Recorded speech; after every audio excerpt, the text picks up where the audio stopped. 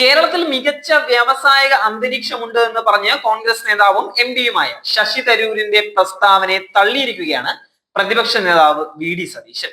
ഇന്ന് രാവിലെ മാധ്യമങ്ങളോട് സംസാരിക്കുകയായിരുന്നു V D Satheesan. The New Indian എക്സ്പ്രസിൽ എഴുതിയ ലേഖനത്തിലാണ് കേരളത്തിലെ വ്യവസായ രംഗത്തുണ്ടായ വളർച്ചയെപ്പറ്റി ശശി തരൂർ പ്രശംസിച്ചിട്ടുണ്ടായിരുന്നത്.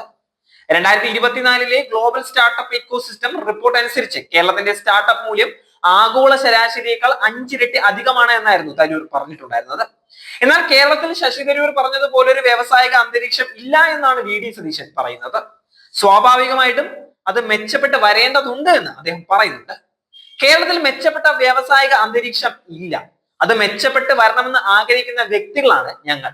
ശശി തരൂർ എന്ത് സ്റ്റാറ്റിസ്റ്റിക്സിന്റെ പുറത്താണ് അത്തരം ഒരു ലേഖനം എഴുതിയത് എന്ന് വി ഡി സതീശൻ അറിയില്ല എന്നാണ് പറയുന്നത്. കേരളത്തിൽ പുതിയതായി കഴിഞ്ഞ 3.5 വർഷങ്ങൾ കൊണ്ട് 3 ലക്ഷം സംരംഭങ്ങൾ തുടങ്ങിയെന്നാണ് വ്യവസായ മന്ത്രി അവകാശപ്പെടുന്നത്. അപ്പോൾ മിനിമം ഒരു നിയോജക മണ്ഡലത്തിൽ 2000 സംരംഭമെങ്കിലും തുടങ്ങണം.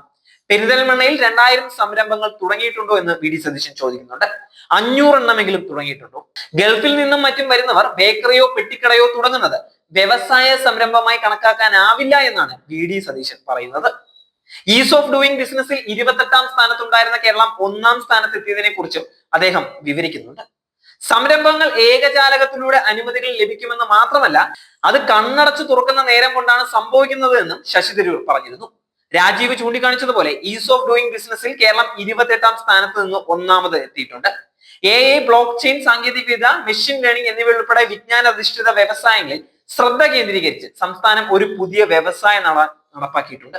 ഇയർ ഓഫ് എന്റർപ്രൈസ് ഉദ്യമത്തിലൂടെ 2,90,000 MSMEകൾ സ്ഥാപിക്കപ്പെട്ടുവെന്നും ശശി തരൂർ ചൂണ്ടിക്കാട്ടിയിരുന്നു.